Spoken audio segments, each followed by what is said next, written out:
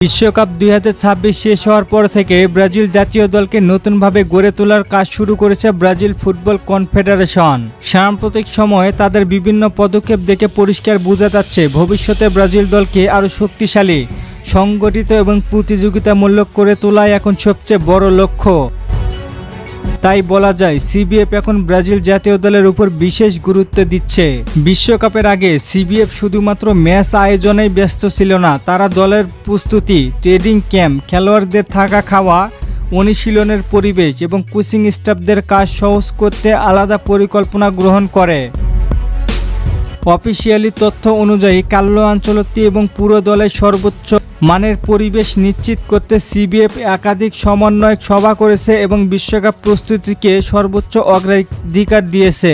Carlo আনচেলত্তির আগমনের পরে Brazil দলে একটি বড় পরিবর্তন দেখা গেছে। তিনি বারবার বলেছেন, জাতীয় দলের জায়গা পাওয়ার একমাত্র শর্ত হবে পারফরম্যান্স, কোনো খেলোয়াড়ের অতীত সাফল্য নয়। বর্তমানে ফর্মই হবে নির্বাচনের প্রধান ভিত্তি। একই সঙ্গে তিনি স্কোয়াডে প্রতিযোগিতা বাড়াতে চান, যাতে প্রত্যেক ফুটবলার নিজের সেরাটা দিতে বাধ্য হয়। সিবিএফ এই পরিকল্পনাকে পূর্ণ সমর্থন দিচ্ছে। তাদের লক্ষ্য শুধু আগামী কয়েকটি ম্যাচ নয়, বরং দীর্ঘমেয়াদে একটি দল তৈরি করা, যারা আবারও বিশ্ব ফুটবলে ব্রাজিলকে শীর্ষে নিয়ে যেতে পারবে।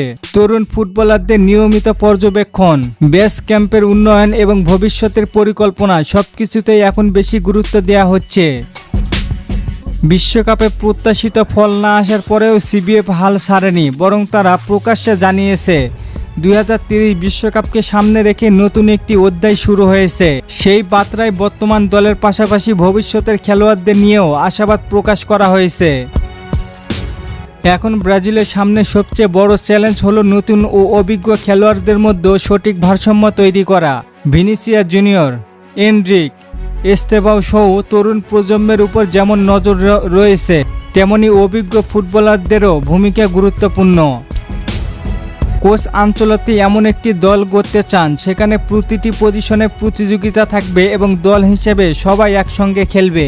সব মিলিয়ে বলা যায় সিবিএফ এখন ব্রাজিল জাতীয় দলকে ঘিরে দীর্ঘমেয়াদী পরিকল্পনা নিয়ে এগোচ্ছে।